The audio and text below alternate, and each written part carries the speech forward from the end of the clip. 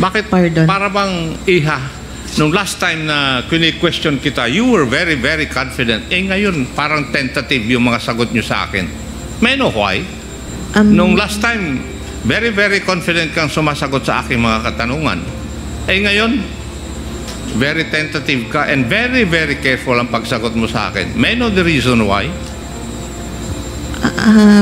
Mr. Chair, it would amount to 45,000 something. 45,454.55 per day. Ano po kayang klaseng safe house ito na 45,000 per day ang rental? Hindi po pa kayo nagtaka na sobrang mahal nun? Yung 1 million in just 4 days? Anong klase pong safe house to? In 11 days, ang nagastos po nila sa safe houses is 16 million. Yes, Mr. Chair. May pakikita po ako sa inyong isang resort sa Shangri-La. This is a high-end luxury resort. It is just 25,000 per day. As compared po natin dito sa 1 million, bali magkano po lumalabas yung 1 million per day in 11 days? Mr. Chair, 90,000. 90,000 a day. 909. Yes, Mr. Chair. Hindi po ba kayo nagtaka kung bakit ganun kamahal? Kakapasok lang na balita. Grabe, Vice President Sara Duterte, nilaglag na ng attorney ng COA. Isiniwalat ang nalalaman sa confidential fund ng Vice President. Base sa statement ipinasa sa Congress ni Attorney Camora, nakakalula ang rental ng VP sa mga OVP safe houses. Umabot daw sa 16 na milyong piso sa loob lamang ng 11 araw. Anong klaseng safe houses yan? Tanong ni Congressman Romeo Acop sa attorney pa mismo ng COA. Hindi daw ba sila nagtataka? Naubos niya 1 milyong piso para lang sa renta ng 4 na araw. Mautal-utal na sumagot kay Romeo Acop ang attorney ng COA. Tara panoorin natin. There are 2 items for rewards for medicine and various goods. Tama po. Mr. Chair, there are actually 3.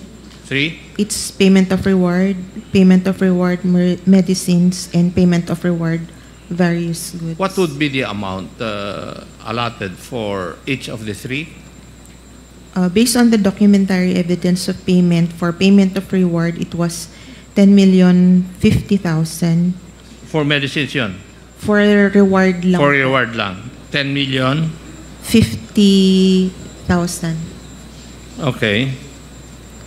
For the payment of reward medicines, it's 24,930,000. And for the third? And for the payment of reward various goods, it's 34,857,000, Mr. Chair. Thank you. Comsec, pwede po bang pakita natin yung sample ng acknowledgement receipt for the payment of rental of safe houses? Nakikita nyo, Attorney Camora, yung sample o yung actual acknowledgement receipt na sinabit ng OVP with the names, shall we say, not shown because of confidentiality. Tama po ba ito? Yes, Mr. Chair. Is there an acknowledgement receipt which acknowledge the amount of 500,000 pesos for the payment of rental of safe house? I will check, Your Honor. Mr. Chair, may I ask the question again? Meron po bang acknowledgement receipt amounting to 500,000 for the payment of rental of safe house? Meron po, Mr. Chair. Para sa isang safe house lang ito? We have no information, Mr. Chair. What we know is para sa isang recipient nung yung money paid po. If I asked you the question, yung 500,000 ba yun for 11 days or for 1 day? Yes, Mr. Chair. Ano po ang yes? 1 day or 11 days? Since the accomplishment report says December 21 to 31,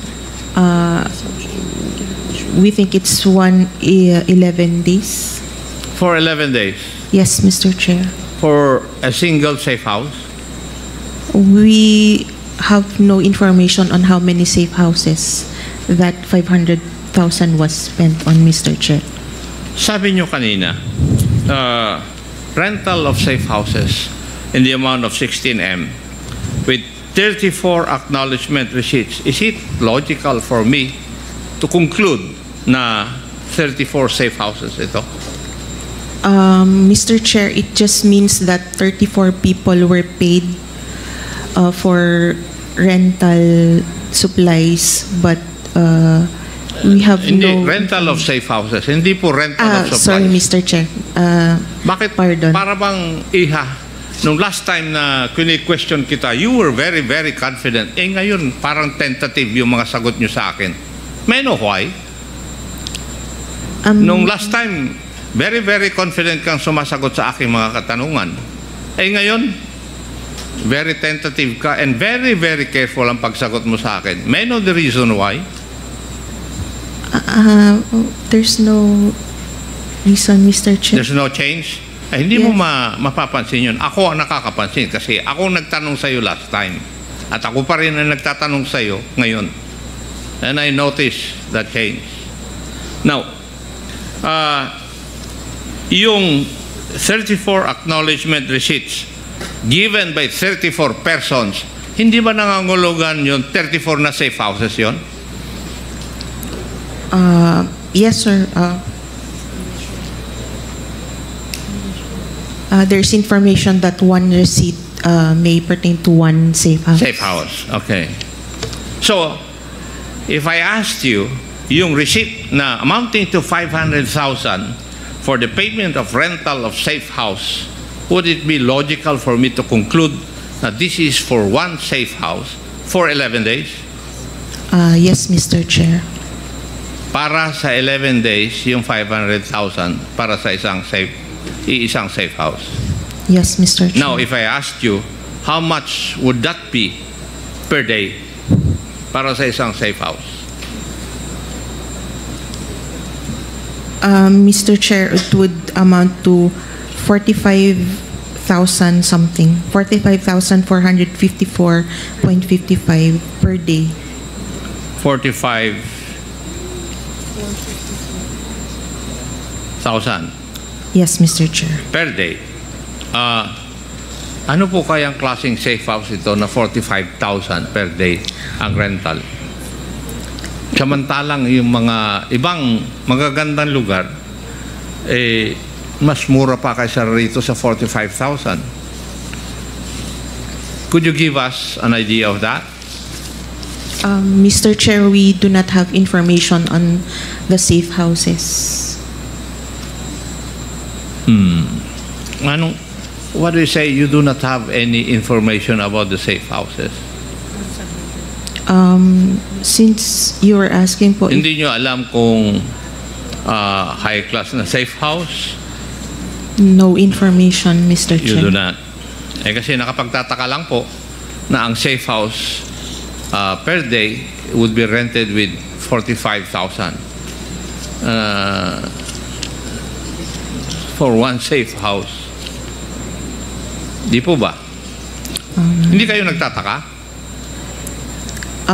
Yes, Mr. Chair, but since they have submitted the liquidation reports po.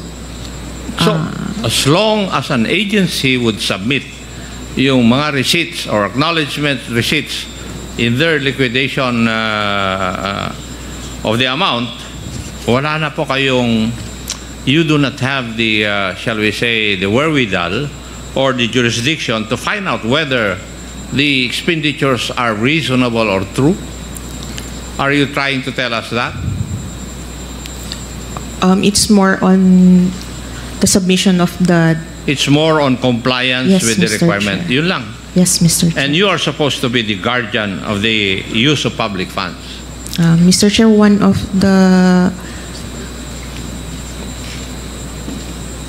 the documents is their certification, so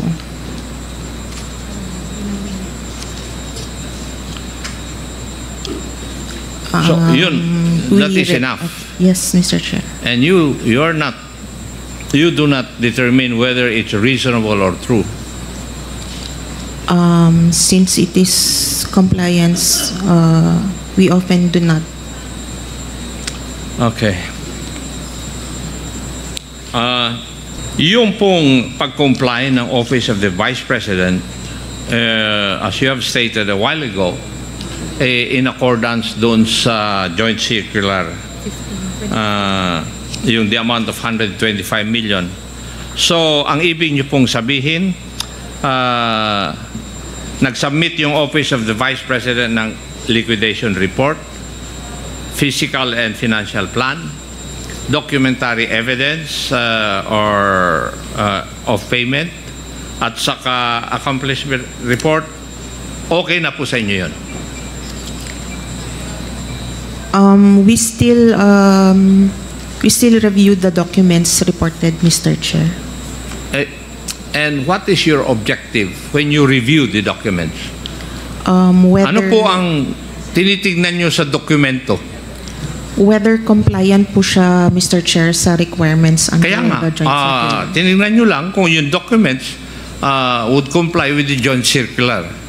Yes, Mr. Chair. And you do not determine whether kasinungalingan na, totoo o hindi, yung nakalagay doon po sa documents. Are you trying to tell this committee that? Mr. Chair, we have issued an ND on the... Hindi, sagutin nyo muna po yung aking katanungan. Para bang ang sinasabi nyo dito sa amin, dito sa committee na ito na nag-iimbestiga, na basta't na kompleto po yung mga dokumento required by the joint circular, okay na sa inyo. Pero sinabi ninyo na nire-review ninyo yung documents. Ano po yung hinahanap ninyo dun sa dokumento?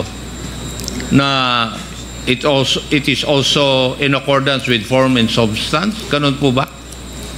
Yes, Mr. Chair, since prescribed din po sa joint circular ang forms.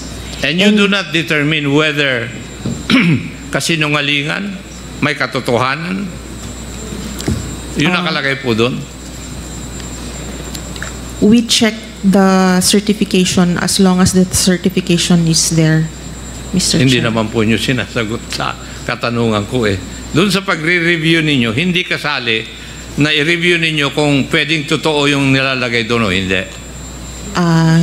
Mr. Chair, yung ano lang po, submission lang po talaga. Kaya nga, form and substance lang. Yes, Mr. Chair. Okay. Whether it's unreasonable, out of this world, you do not care. Unless it's really, really far-fetched. But, Mr. Chair, it's more on submission po talaga ng documents required. Yeah. Sige.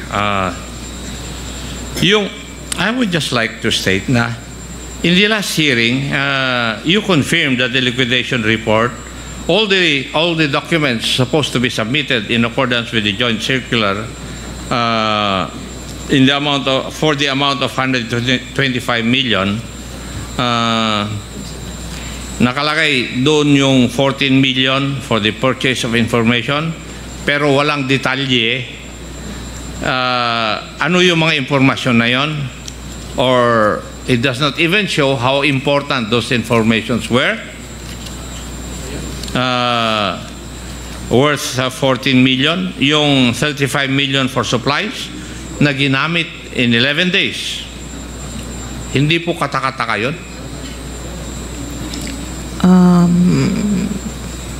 Mr. Chair. 35 million for supplies in 11 days.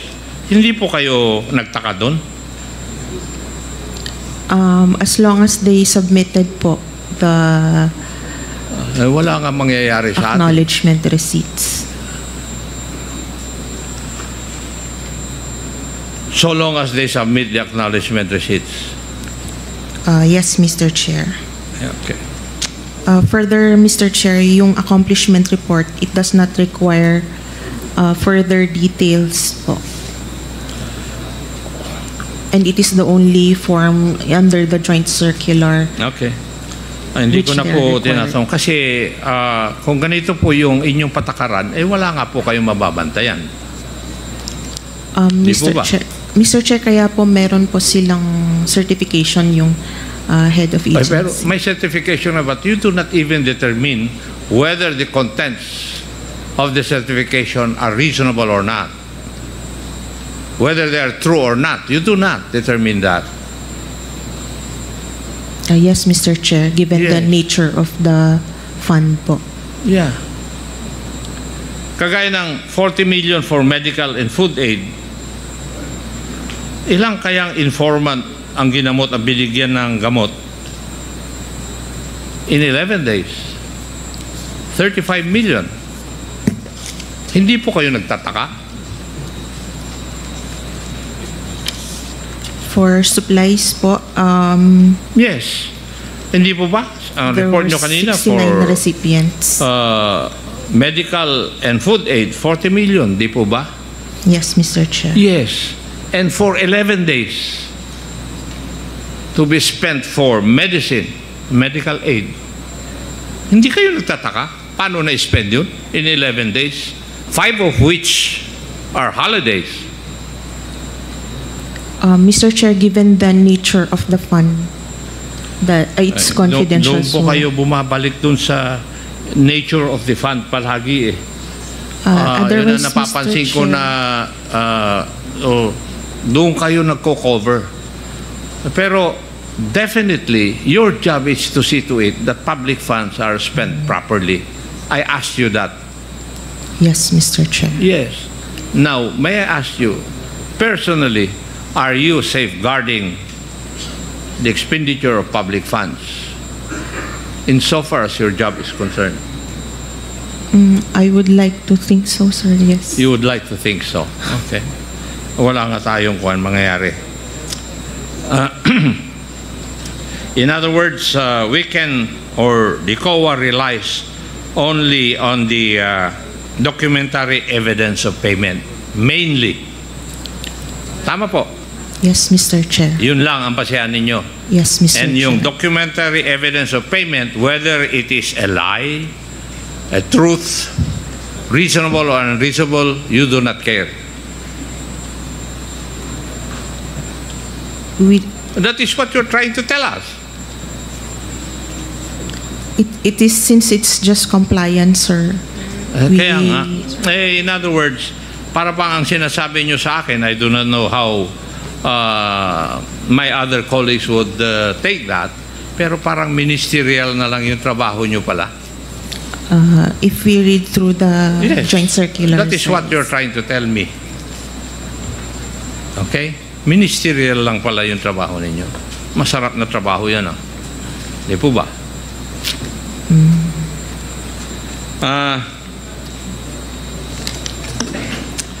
Yung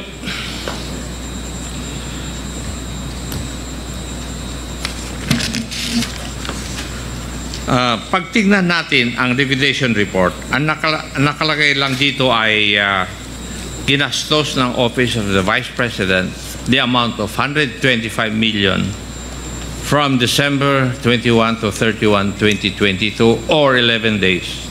And this was certified by the Vice President, by the Special Disbursing Officer, Madam Gina Acosta, and the Chief Accountant, Madam Julieta Villa del Rey.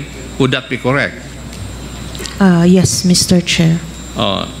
Now, kung babase naman po tayo dun sa accomplishment report, ang makikita lang natin dito ay gumastos ang Office of the Vice President ng 125 million from December 21 to 31, 2022 for surveillance and monitoring activities in 132 areas. Dito rin, wala tayong magawa. Kagaya ng sagot po nyo sa akin, we have no choice but to check the documentary evidence of payments submitted by the office para malaman kung saan or paano ginastos ng OVP yung 125 million. Yun po yung pinararating nyo po sa amin. Yes, Mr. Chair.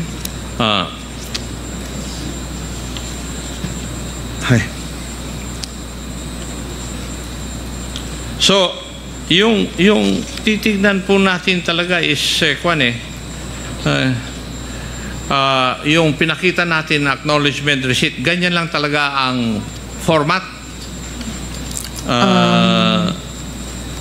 That is what Nakalagay lang ang amount, pangalan at signature ng tumanggap, at date kung kailan niya ito natanggap. That is it. Yes, Mr. Chair. Yun yung sinubmit po nila sa amin.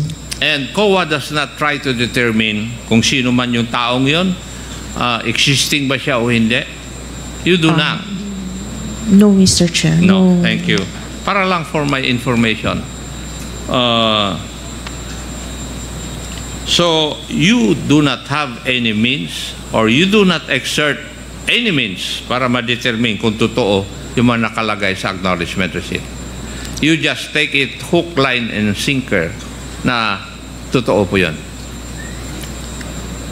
Mr. Chair, probably we could, but given the limited manpower po of the ICFAO, Ni walang ID yung tao na sinasubmit. no, Mr. Chair. No, wala. Talagang sikretong-sikreto.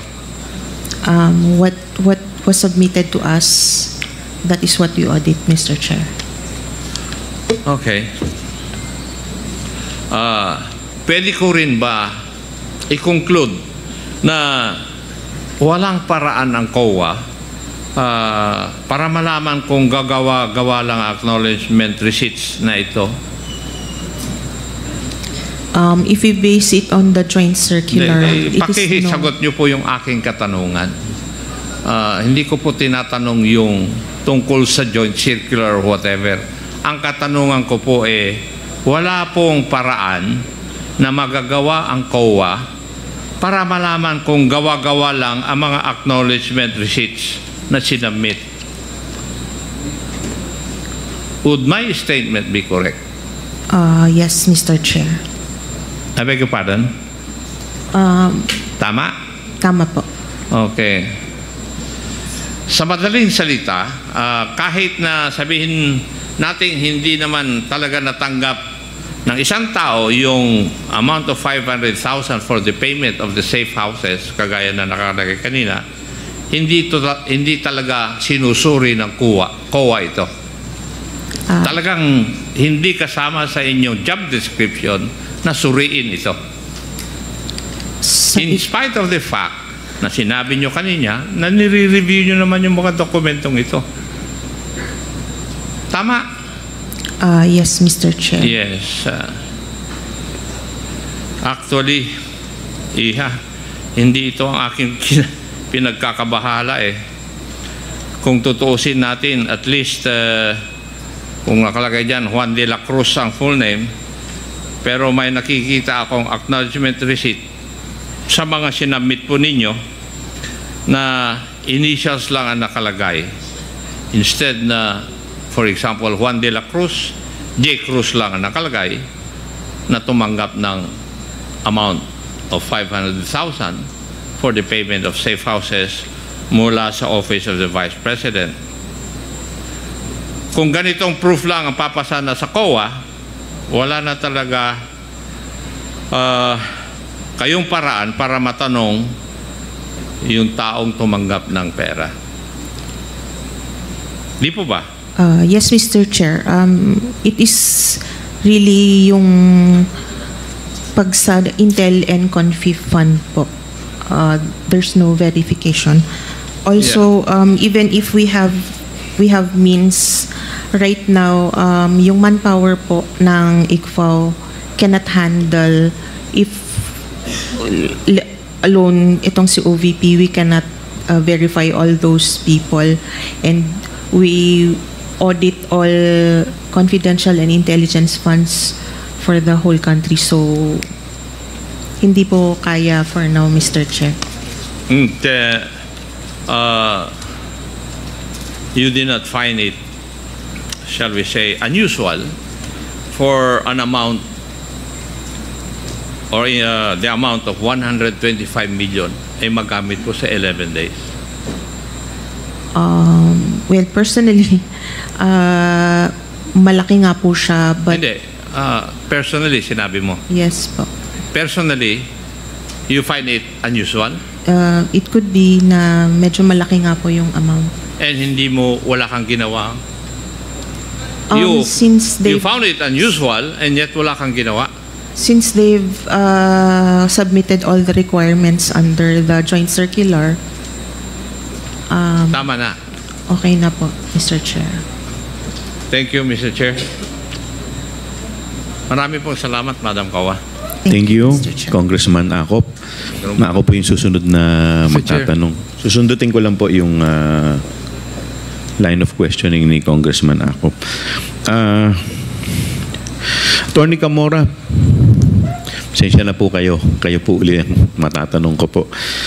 Batay po dun sa Joint Circular number 2015-01, ang isa po sa mga requirement po para sa liquidation po ng Confi Fund ay yung tinatawag po nating accomplishment report. Tama po ba?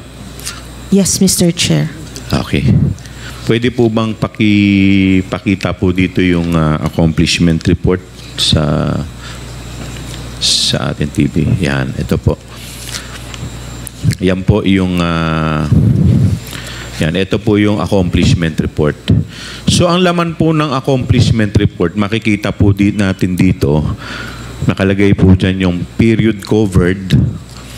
Yan po. Ito po, ibig sabihin po nito, ito yung araw o buwan na covered kung saan ginastos itong mga itong surveillance and monitoring. Tama po ba? Tama po, Mr. Okay. Chair. So dito naman sa actual outcome o accomplishment, nakalagay po dito yung mga dahilan kung ano po, saan po ginamit yung pera. Tama po ba? Tama po, Mr. Chair. Okay. At doon naman sa amount utilized, ibig sabihin, ito po kung breakdown nung amount, kung paano po ginamit o kung saan ginamit. Tama po ba? Tama po, Mr. Chair. At syempre, nandito po sa baba niyan, yung Special Disbursing Officer at saka po yung nag-approve. Tama po ba? So yan bali yan ang laman ng accomplishment report. Tama po ba? Tama po, Mr. Chair. Okay. So base po dito, dito po makikita po natin yung sa letter C, rental of other incidental expenses relative to the maintenance of safe houses. Dito po sa rental ng safe houses ng OBP, hindi po ito nagre-refer sa long-term lease. Tama ba? Hindi po, sir. We have no way of knowing. Tama po Yes ba? po. Okay.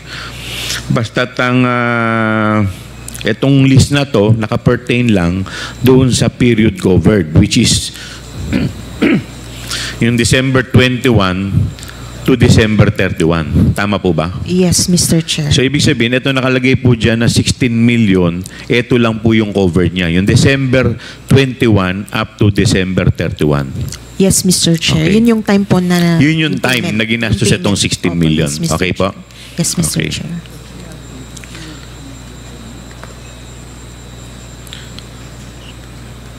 So batay po dito sa joint circular na ginawa po sa OBP sa accomplishment report na to, ang DEPS po, yun ang source ng file. Tama po ba? Ang DEP, ang ibig sabihin po ng DEP, document evidencing payment. Tama po ba? Yes, Mr. Okay, Chair. so ang document evidencing payment is the acknowledgement receipt. Yes, Mr. Chair. So wala na pong iba. So wala po dyan yung contract of lease. Wala po, Mr. Wala Chair. po. So talagang pinaka-ebidensya lang niya na tinatawag natin is yung acknowledgement receipt na yung tao o kumpanya nakatanggap ng ganitong amount base po sa bayad. Tama po ba? Yes, Mr. Chair. Tama Okay, po. tama. So sa madaling salita, dito po sa 125 million na rent na confidential fund, lahat po yan, ang pinaka-ebidensya lang niya is acknowledgement receipt. Regardless, kay food, kay rentals, kay reward, lahat po yan pare-parehas lang yung ebidensya.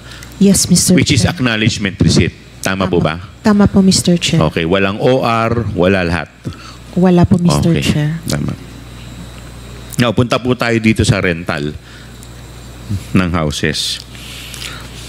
Ano pong specific mandate o programa ng OBP kung saan kinakailangan po ng OBP ang mga safe houses? Mr. Chair, May alam po ba kayo? ang nakalagay lang po dito sa accomplishment nila is yung program nila, which is safe implementation of OVP initiatives and confidence building. Okay. So, ito, wala, without giving names, meron po ba kayong idea o alam kung sino po ang mga nilagay nila dito sa safe houses na to? Sino yung mga pinatira nila? No, Mr. Chair, since it's a safe house, So, hindi talaga hindi po dinidivulge? pwede, yes, Okay. Mr. Chair. Okay. Pupunta po tayo dito sa isang acknowledgement receipt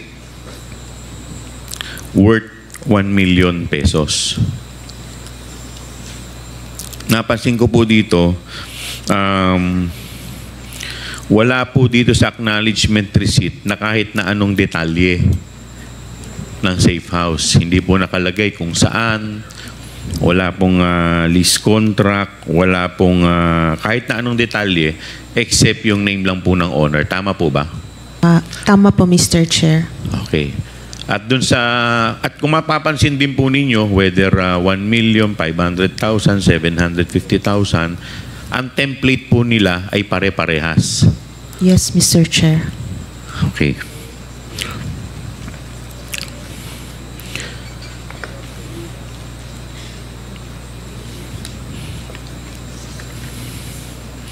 Based po dito, sinasabi po ninyo sa liquidation ng OBP Confidential Fund, yung 2022, 34 ang acknowledgement receipt. At tama po ba? Yes, Mr. Chair. Okay. Tama. At kanina, sinabi po ninyo, sa 34 na to, 34 po yung safe houses. So, ibig sabihin, isang resibo represents one safe house. Tama po? Yes, Mr. Chair. Okay. May idea po ba kayo dito sa safe house na to kung ito po ba ay bahay, kondo, o kung ilang palapag? Wala po, Mr. Chair. Wala pong information. Wala po kayong Kung idea. ano lang So, ibig sabihin, wala kayong alam na detalye. no details, Mr. Chair. Okay. So, lumalabas din po dito, in 11 days, ang nagastos po nila sa safe houses is 16 million. Yes, Mr. Chair. Ayan po. Okay. Ano po yung pinakamurang safe house na kanilang nirentahan in 11 days? Yung pinakamura po. Magkano po yun? Mr. Chair, it's 250,000 po. Ang pinakamurang safe house na kanilang nirenta in 11 days is 250,000. 250,000, Mr. Chair. Okay. At ano naman, magkakano naman po yung pinakamalaki?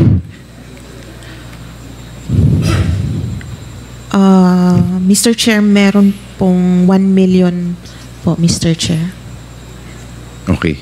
So, base po dun sa inyong official receipt, o base po dito sa official receipt na kanila pong in-issue, at dito po sa pinakikita po sa atin, may dalawa po ditong nakalagay na 1 million. So, ibig sabihin po ba may dalawang safe houses sila na nirentahan in 11 days worth 1 million? Tama po ba yun? Tama po, Mr. Chair. Tama, okay. At dito po, nakalagay din po dito sa isang OR na worth 1 million, binayaran po nila to dated December 26 at yung isa naman dated ano ba itong isa? December 28. Tama po, Mr. Chair. Dalawa po kasi yung interpretation ko niyan. ano po ba ang tama? Ito pong 1 million na to ay for 11 days, which is December 21 to December 31. O dahil po dung sa date of payment, December 26, doon po nagsisimula yung rentals. So 26, 27, 28, 29, 30, 31, which is 6 days. At doon naman po sa isa, December 28, which is 4 days. So yung bang 1 million na binayad nila na December 28, yung 1 million na yun in 4 days o in 11 days? Mr. Chair, it just means na nung date na yun po, nabayaran yung recipient po. Pwede But it does not follow na yun yung period cover. Yes, Mr. Chair. Pwede pong Hindi ka ba 11 nagtaka po. na minsan na wala na hindi ka naman, hindi po ba kayo nagtataka, 'di ba? Normally po sa mga rentals, magbabayad ka muna bago ka mag-occupy. Yes po, sa normal rental po. So ito po hindi normal. It's a safe house, Mr. Chair. Hindi. Tama po, I understand na safe house. Pero 'di ba na normally po pag ganyan po, may mag-uupa. Pag-uupahan po ninyo ang isang lugar, hindi ka naman makakapag-occupy nang hindi ka muna nagbabayad. Minsan, meron nga pong down payment, meron pang advance payment. Karamihan. Hindi, di ba yun naman, meron ka bang instance na nauna muna yung pagpasok bago yung bayad? Meron po bang instance na ganun? Nangyayari po ba yun? Wala po kong information. Wala pong kung information. may ganun Kasi po. ang normally po, magbabayad ka muna bago ka papayagan ng may-ari na pumasok. Tama po ba? Yes, Mr. Chair. So ito po, pwede rin naman na yung payment ng 1 million is just for 4 days. Possible din naman siya, Possible Mr. din. Chair. Tama po ba? Yes, Mr. Chair. Ayun. Hindi po ba kayo nagtaka na sobrang mahal nun, yung 1 million in just 4 days? Anong klase pong safe house to? May swimming pool po ba tong safe house? May wifi? Sa BGC? May pakikita po ako sa inyong isang resort sa Shangri-La. Shangri-La, Boracay. Ang per night po nito is 22,500. This is a high-end luxury resort. It is just 25,000 per day.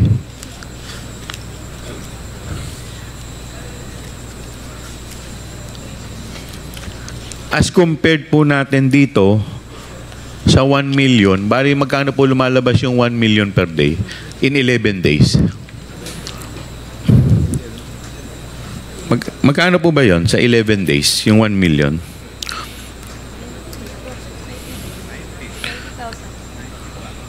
Mr. Chair, 90,000. 90,000 a day. 909. Yes, Mr. Chair. As compared po dun sa luxury resort with complete amenities. Much worse kung 4 days.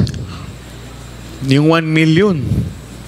200. Magkakano po lumalabas yun in 4 days?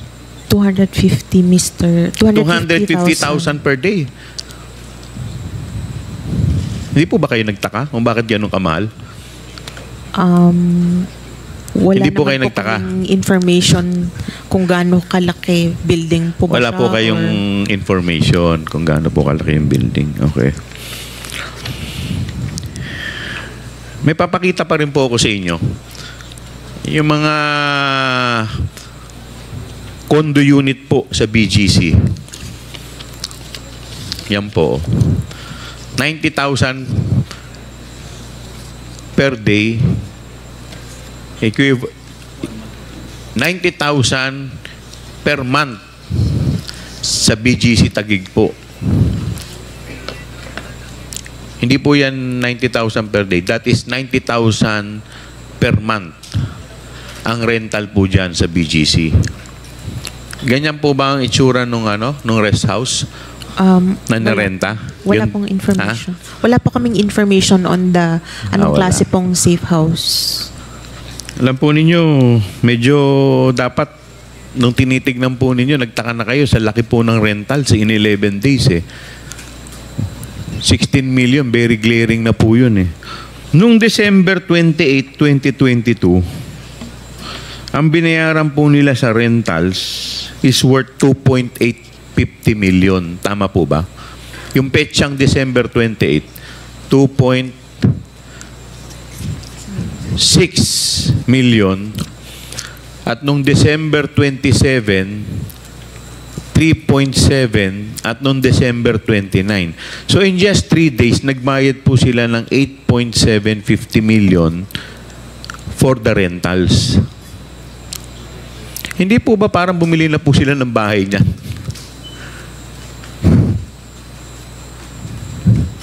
Pwede. Tama Mr. po Chair, ba? hindi po allowed ang purchase ng Ayun, safe house. hindi allowed yung purchase. Since kailangan pong... Yes. Hindi rin secret. allowed yung construction. Tama ba? Yes, Mr. Chair. Okay. But that amount is equivalent to one house. 8-point-something million.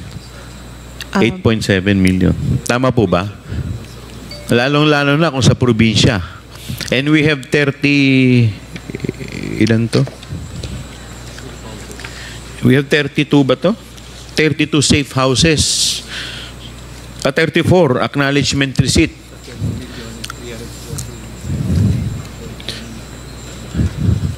Total amount of 16 million in 11 days. Yes, Mr. Chair. Hindi po ba kayo nagtaka doon? Sa amount? Since safe house naman po siya, Mr. Chair. Kasi hindi allowed. Hindi naman po rin namin alam kung ilan ang sine-safe house, ilang...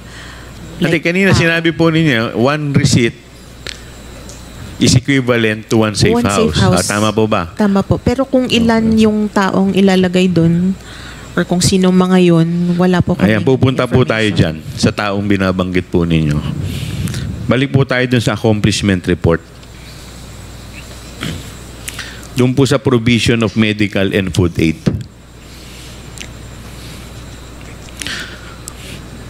Pwede po bang yan, provision of medical and food aid amounting to 42 million. 40 million, Mr. Ay, 40 million. At sa akin dito, 42. Okay. Amounting to 40 million. So that, dito po sa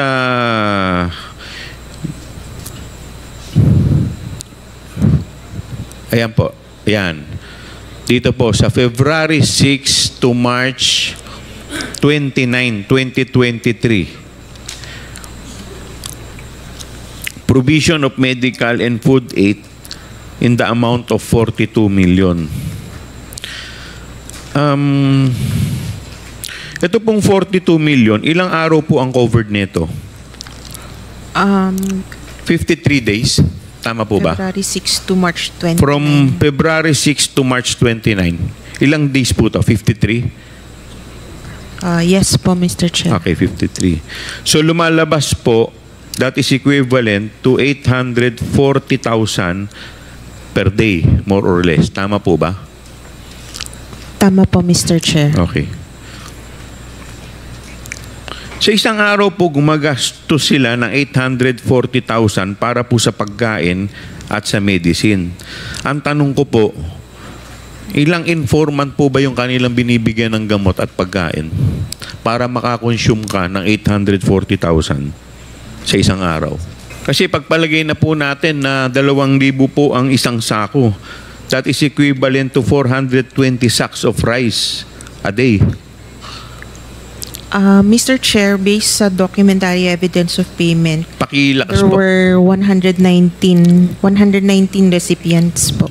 119 na acknowledgement receipts po.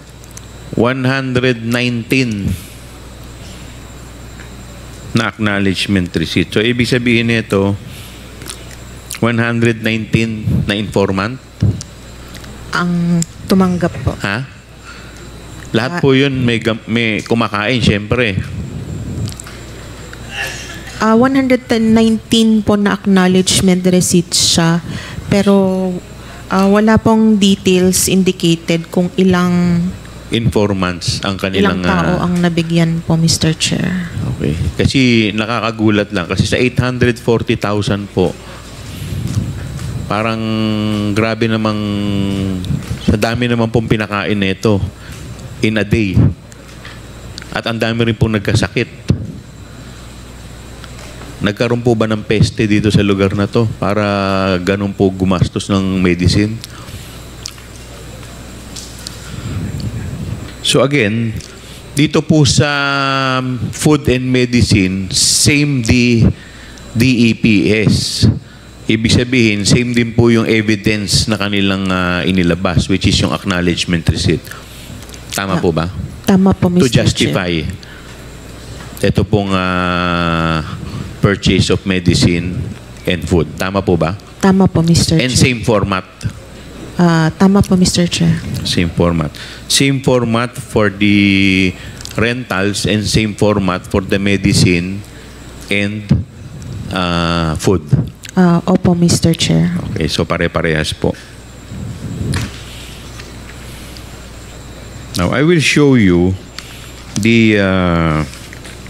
Now, Attorney Camora, since kayo po ang official na COA ng Intelligence and Confidential Fund of Audit Office, kabisado nyo po more or less yung mga expenses items na kasama sa accomplishment report ng OVP. Tama po ba? Tama po, Mr. Chair. Okay. Now, to refresh your memory, I am showing the relevant portion of the accomplishment report indicating the expense items covered by the 125 million confidential fund. Pwede po ba paki-flash yung actual outcome na accomplishment? Okay. Bilang parte po ng COA, ICFAU, familiar po ba kayo sa DILG Memorandum Circular number 99-65? Revised guidelines relative to the utilization of funds for intelligence or confidential purposes? Mr. Chair, isa po siya sa yung dating guideline. Yan po yung dating guidelines. Opo, Mr. Okay. So kung mapapansin po natin, maliban na lang sa mga purchase of ammunition, pareho po at nagmamasyang item sa DILG Memorandum Circular at sa accomplishment report na ginawa ng OVP. Tama po ba? Tama po, Mr. Chair. Bali yung template at copy-paste ang expense items. Tama po ba? Tama po, Mr. Chair. Tama po? Tama po, Mr. Chair. Okay. So, alam nyo po ba na yung tinatawag na DEPS, ito po yung documentary evidence of payment or document evidencing payment. Tama po ba? Tama po, Mr. Okay. Chair. So, ito pong DEP na ito ay makikita sa Joint Circular number 2015-01. Tama po ba? Tama po, Mr. Chair. Okay. Ang DPE ay nagsisilbing requirement o supporting documents para sa utilization ng confidential fund. Tama po ba? Tama po, Mr. Chair. Now, I am showing to you Section 4.12 of the Joint Circular.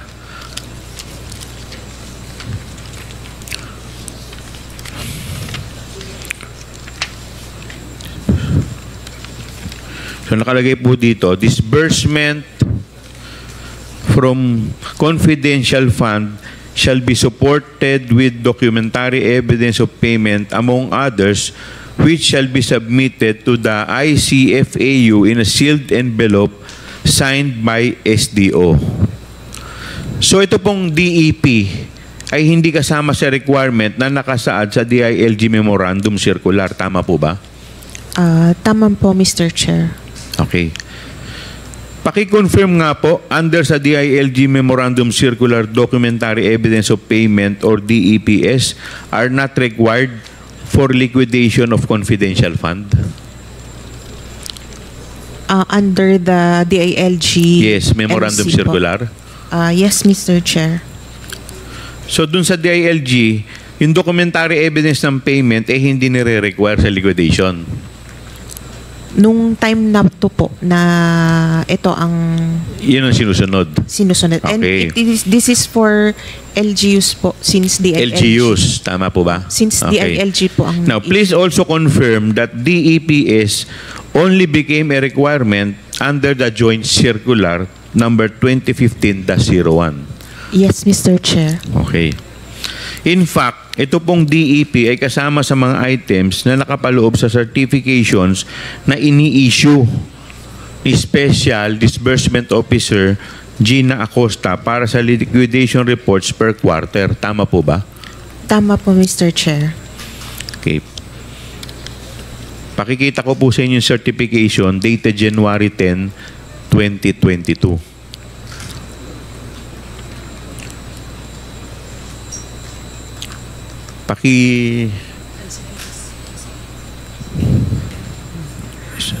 Yan po. Ayan o. Ayan. Tama po ba yan? Mr. Chair, hindi po ito yung template ng...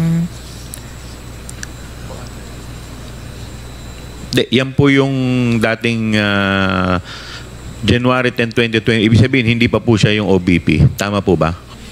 Opo. Yes, Mr. Chair. So parang mayor pa po siya nito. Tama po ba? Ito sa LGU. Tama po ba? Sa Vice President na pala siya. Tama? yes, Mr. Okay. Chair. Now, Office of the Vice President, First Quarter Confidential Fund Accomplishment Report dated March 30, 2023. Pakikita rin po namin sa inyo. Yung March 30, 2023. Yan. Template po itong certification na to, di ba? Yes, Ito po Mr. yung Chair. template. Yes, Okay. Mr. Chair. Na kinuha mismo sa Joint Circular. Yes, Mr. Chair. Okay. Now, dumako po tayo dun sa Audit Observation Memo for the 2023 First, Second, and Third Quarter Confidential Fund. Common deficiency po na tinatawag sa AOM na to ay lack of DEPS as proof that the confidential fund was disbursed. Tama po, Mr. Chair. Tama po?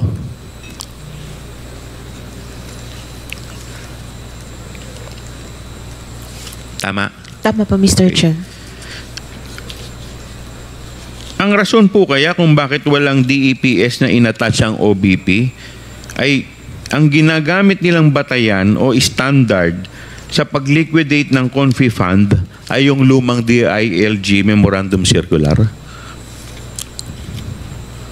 Ano po sa tingin ninyo?